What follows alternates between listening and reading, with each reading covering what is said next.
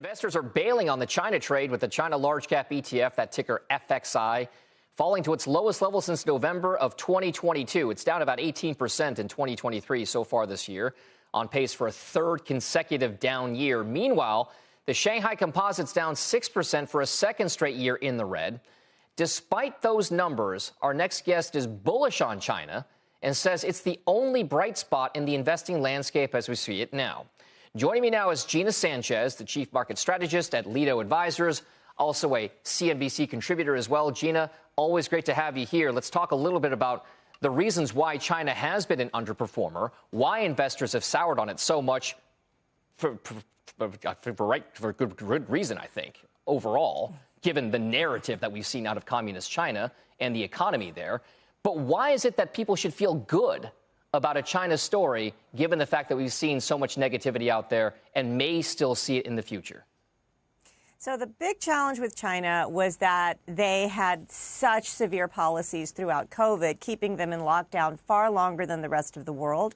And so while, the U.S. experienced its reopening somewhere in 2021 and 2022, China was still solidly locked down, expected to reopen, but that expectation was never met.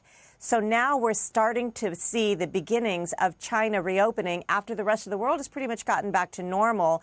We've seen interest rates rise throughout the world, and in fact, looking at the rest of the world slowing while China is in the process of reopening. And what we know about the reopening is there's always a boom. There's a tremendous amount of pent-up demand, pent-up travel, pent-up purchases that will all begin to hit the Chinese economy. And so while the economy's been lagging, there's a lot to look forward to while the rest of the world is slowing. Okay, how exactly then does an investor play that particular theme outside of just, say, using an ETF that tracks the broader Chinese large cap market?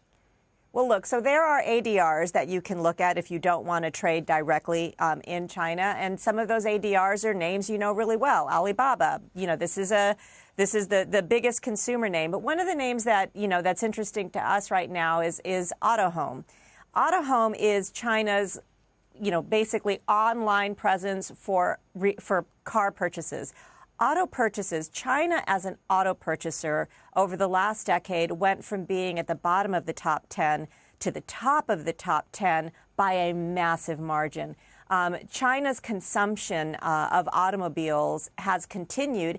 And not surprisingly, as its economy is starting to reopen, this is one of those purchases that's coming around. And, in September, we saw that they hit, the highest level that they've hit in history. And I think that that's going to continue for a little bit of time. And, this is just one of those spaces that's interesting.